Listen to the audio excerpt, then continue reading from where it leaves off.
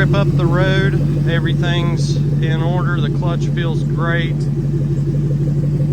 There was like this scraping noise coming from my left front end. Ended up being the dust shield was rubbing somewhere, but other than that, she's purring like a kitten. And about to go fill her up with some premium fuel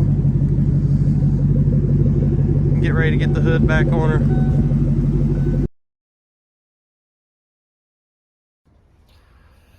Hey YouTube fam, so today we're back working on the Mustang project. So I ordered a Evil Energy 300 milliliter oil catch can for the Cobra.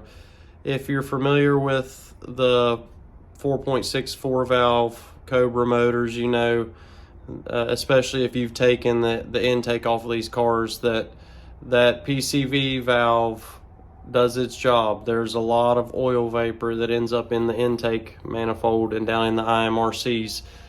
So I think that everybody says, oh, if your car is not boosted, you don't need a catch can. Well, I beg to differ, because I had this motor apart and it definitely needs a catch can. And from what I've seen online, this seemed like a great option. So I removed during my build, I removed the air conditioning system, so there's plenty of room to mount my catch can back there in the engine bay where the system went in through the firewall. So that's the plan. I'm gonna go ahead and show you the product. I'm gonna unbox this catch can and let you take a look at it with me, and then we'll go ahead and see about routing it and getting it installed on the car. I purchased an Evil Energy 300 milliliter oil catch can. I just got it off of Amazon. It's billet aluminum and it had great reviews. I've seen some other Mustang guys put this same one on their car, so I didn't have no problem going with the cheaper one. So let's open it up and see what we got here. So we got some 3/8 fuel line. I guess you put that down inside the catch can to catch the oil. Let's see, this is the actual catch can itself. I went ahead and got a red billet aluminum catch can. It actually has a nice little dipstick here too, so you can check the level on it without having to take it off of the car. So we got catch can, some different fittings, some O-rings, hose clamps, all that good stuff, and then it looks like a mounting bracket here to get it mounted on the car. So, and a sticker. Well, that's nice of them. Definitely not sticking that on the car, but all right. So I'm gonna go ahead and get the catch can assembled. I think I'm gonna use some plumber's thread tape on these threads to put it inside of there, just to be safe. But I'll get all this assembled and put together, and then we'll go from there. So this bracket that they've sent me, unfortunately, needs some slight modifications. So I'm gonna have to cut this elbow off of the top. I really need a good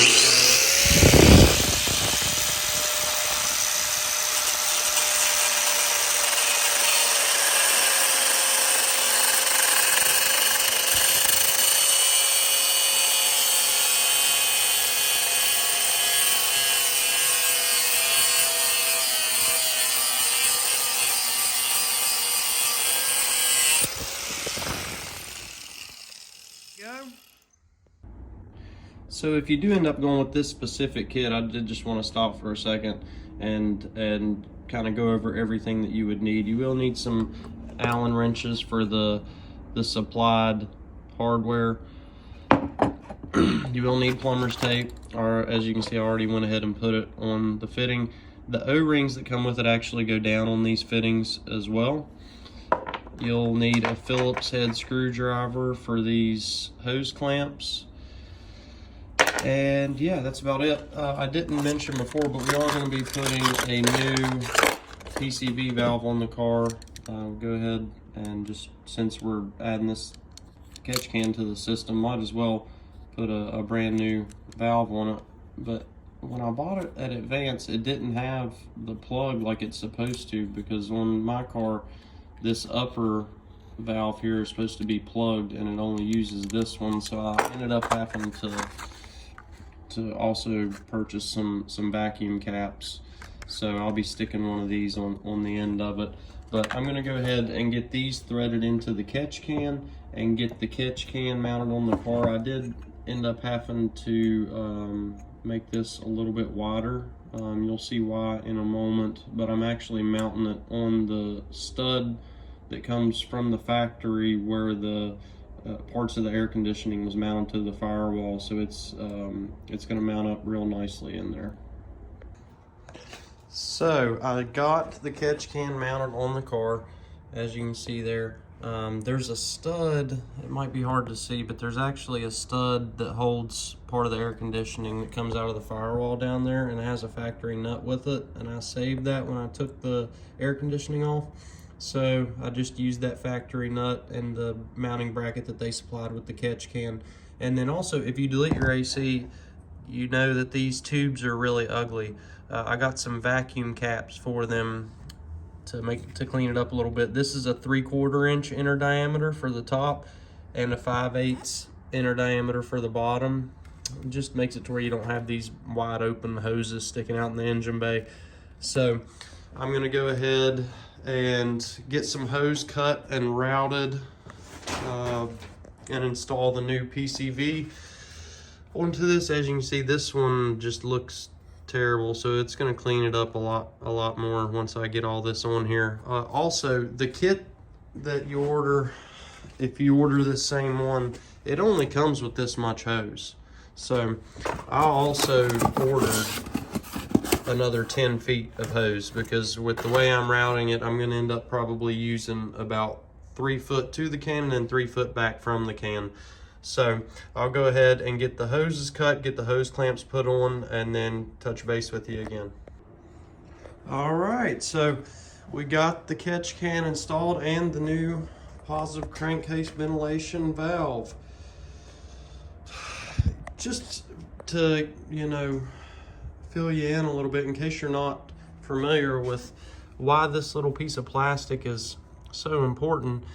The combustion and the gases inside the engine have to have somewhere to go, and this valve reduces the vacuum and removes those gases from the system to keep from ruining your seals. But anyways, I got the new PCV installed, and the fuel lines I used some really nice excuse me, hose clamps rather than using zip ties like the previous owner did. And I went ahead, because I liked the way that it set the wire up out of the way, I went ahead and kept this factory elbow that normally went straight from here to here, because it pushed the hosing out to where I could route them side by side. So as you can see, the tube, the PCV comes out of the top of the valve cover and then through this tube, and I'll go ahead and follow it around here into the end port on the oil catch can, and then this tube comes back out and runs up along here, back around and into the top of the intake. So that was a pretty simple install, and I'm really happy with how everything routed. It looks factory, if you ask me. Everything looks nice and neat. So I think this was a great addition, especially for the type of motor that's in my car and the amount of oil vapor that you see coming out of these PCV valves. When I took the old PCV valve apart, it was just covered in oil, and I'd only driven the car to the gas station and back. So yeah, I was able to finally drive the car today. I was so excited after all the work that I've done.